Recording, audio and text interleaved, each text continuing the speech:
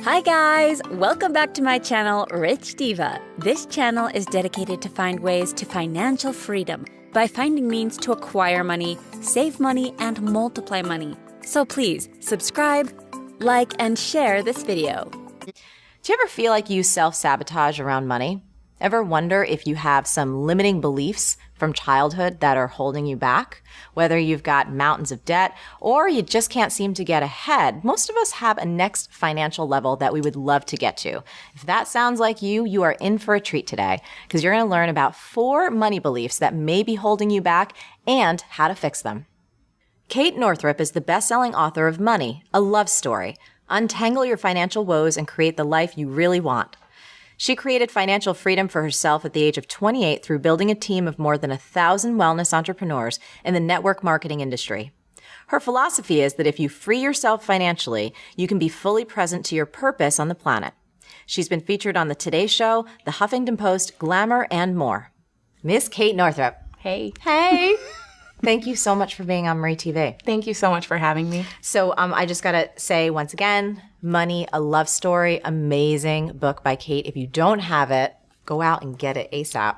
So let's talk money because, you know, we've been friends for years and I love talking about money. I think it's an amazing topic. It's an integral part of our lives. Yeah. I'm really passionate about it. And, you know, so many people, especially this time in the world, so many people are struggling financially and a lot of people aren't.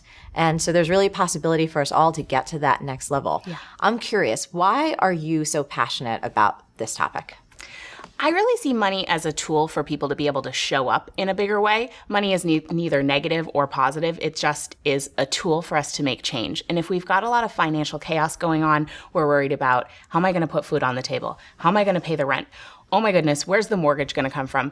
That takes up a lot of bandwidth, a lot of our creative bandwidth, a lot of our power bandwidth, and we're not able to show up in the same way as if our financial lives were in order and kind of taken care of so that we could then come over here and do the things that are higher leverage that are really of service. So getting it together financially is really just a vehicle for being able to show up more fully in your purpose. Yeah, I mean, I agree with that 100%. I think you know my story where I started off thousands and thousands and thousands of dollars in debt, and it sucked.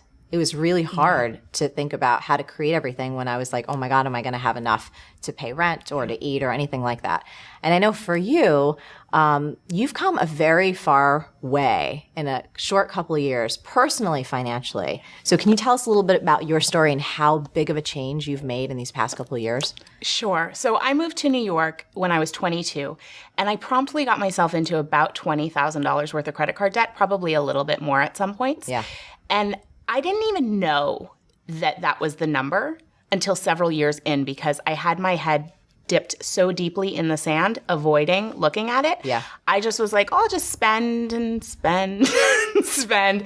And they were on things that were like business stuff and courses. Like, it's not like I had a closet full of Jimmy Choos, but it was still way beyond my means. Yeah. And I noticed I was so unconscious about money and I was so avoidant and I was so scared to look at the whole truth. Okay. I knew what my minimum was on every card and I had a lot of them. Yes. So it was like this kind of shell game where I would just pay a little more than the minimum, which made me feel like, oh, I'm making a little progress, but I really wasn't. And I was just in this quagmire. And I felt really inauthentic because I was out running a business. I was teaching women about different streams of income and thinking in new ways about cash flow. But behind the scenes, I had all this financial chaos and I knew I wasn't taking responsibility for it. The whole thing, it felt really, really... When I really made some significant changes in my life, I was in about 20,000, it was probably 21,000. And 6 months later, I had paid it all off basically in one fell swoop. And doubled my income and doubled my savings. And it was amazing what happened when I just got my rear in gear and made some critical mindset shifts, which we're going to talk about today. Yes. And it all worked out. Yeah. Which, so, kind of shocking, actually. Yeah. Isn't it amazing when that happens and when you actually tell the truth and stop lying? Telling the truth. Yeah. So huge. Your whole life really can change just by changing something on the inside. And fast. Yeah. Yeah. It doesn't have to take a long time. Yeah. I've had some stories from clients and from friends and people that we've had some tough money conversations, not tough between us personally, but just being there and supporting them through it and watching how quickly things can turn around. Even if I've had some people that been in like $100,000, $200,000 debt, even if that number doesn't go away as quickly as yours did, it goes down really fast. But more importantly, who they are in the world changes so significantly. And that's the whole point. Yeah. It's not about the money. Yeah. So and it's not about the money, and it is about the money. So let's get into it. So you say we have, we're going to focus on 4 beliefs today. And the first one that holds us back is someone else should or will do this for me. We take our financial power and we just give it to somebody else. We're like, it's like so much easier really to just say like, hey, Marie, will you just do this for me? Or, hey, boss, can you just do this for me? Or, hey, Prince Charming, future husband who hasn't showed up yet, like he'll probably take care of it for me. So I'll just bide my time and keep being irresponsible until that point. For me, it was that I hoped that my mom would just take care of it for me someday. Really? Yeah, it's so embarrassing to even just say that right now, but it's true. I wrote about it in my book, so it's out there. And that is symptomatic of us really feeling like we're not enough to do it. Right. And it's just saying, well, this is too scary. I don't have what it takes. I'm not smart enough. I'm whatever. And so we wait and we never turn on our full potential because we're hoping somebody else will swoop in at some point and save us. Yeah. Belief number 2, I'm not good with money. This is a big one. This is a really big one. Have you ever seen a baby be born and be able to talk and walk? No, not on YouTube sometimes. But. Okay. But that pretty much never happens. Yeah. We've all learned the skills we have. Right. And so to think like you're just not good with money is holding you back. And our beliefs become our actions. We act in accordance with what our beliefs are. Right. And then our actions obviously create our results. Like that's just kind of a basic equation for life. And when we think I'm not good with money, we're setting ourselves up for failure, and we actually avoid taking financial steps because we have that thought. So instead, you can take really small actions to start to build your confidence. And the one that I did, again, I was really pretty remedial with this. Yeah. So when I started off, I was like, okay, I just am going to check my bank account balance every day. And when I do that, I'm going to give some gratitude for the ways my life is abundant. And I knew if I could just check in with money daily and start being in that relationship and paying attention to it, it would be powerful. And when I started doing that every day, I set a little Google Calendar alarm, 8:30 a.m., check your bank account balance. My income increased and I stopped spending more than I made. It was just like paying attention pays off, and I started to be better and better and better with money because I was paying attention to it. If you tell yourself you're not good with money, you're never going to take the steps to do anything about it. And it's almost like you just got blinders on. You're never going to take them off. Totally. Yeah. So it's easy to change. I love that. I love that simple step though of just checking in daily. Yes. And the other thing I like about it is can remove the fear. Because I know for me, there was a time when opening my checkbook was really scary. Yeah. And it actually produced physical sensations of wanting to throw up. Yeah. Because there wasn't enough in there. At least that's the story I told myself. There was actually enough in there because here I am. Right. I didn't disintegrate and I wasn't getting taken off to jail or something. But that was a feeling, so. Yeah, and we can train ourselves like Pavlov's dog to spend that time with our bank account and look at it and then automatically say, okay, I'm going to name 3 things in my life that I'm grateful for that feel abundant. And you're training and rewiring your brain so that you're associating looking at your money with feeling good. I love that. Yeah. Money belief number 3. People with money are greedy or it's not spiritual to have money. Yeah, I know that this is one you actually covered with Marianne Williamson in your audio, which was so fantastic.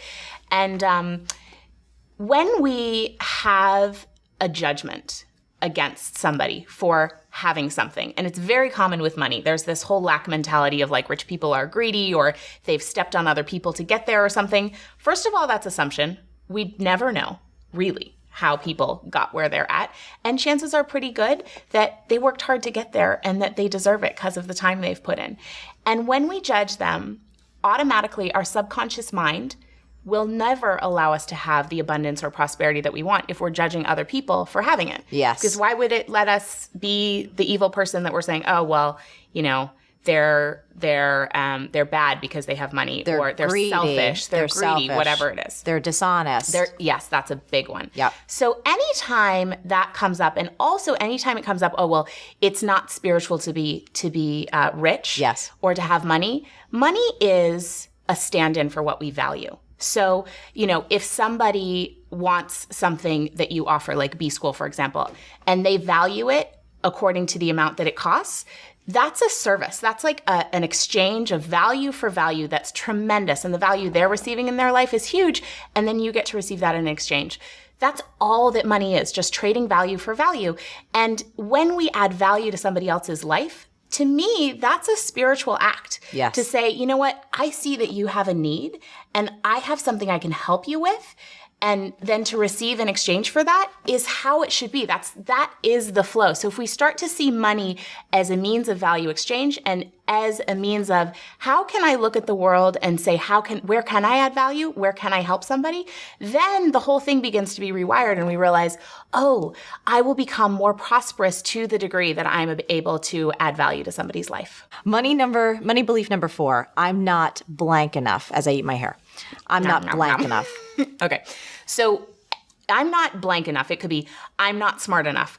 I'm not talented enough. I didn't come from the right background. Whatever it is, it's immediately taking you out of the game. Yeah. So anytime we don't value ourselves, what ends up happening is when we're out in the world, even if we're providing really good value, if we're not seeing our worth, we're not going to get the value in exchange for that. Right. No one will value you more than you value yourself.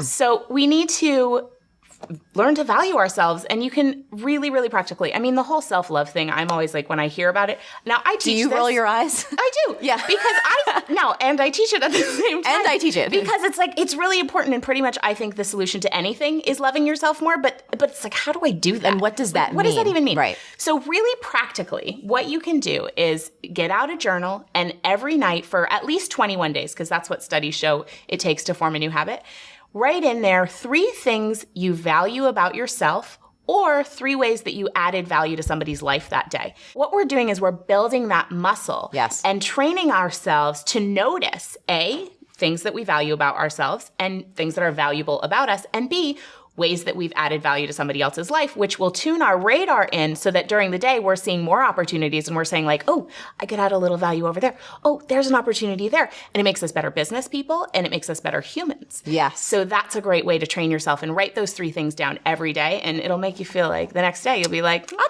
did something. And it's a fabulous way to celebrate yourself and to increase your value.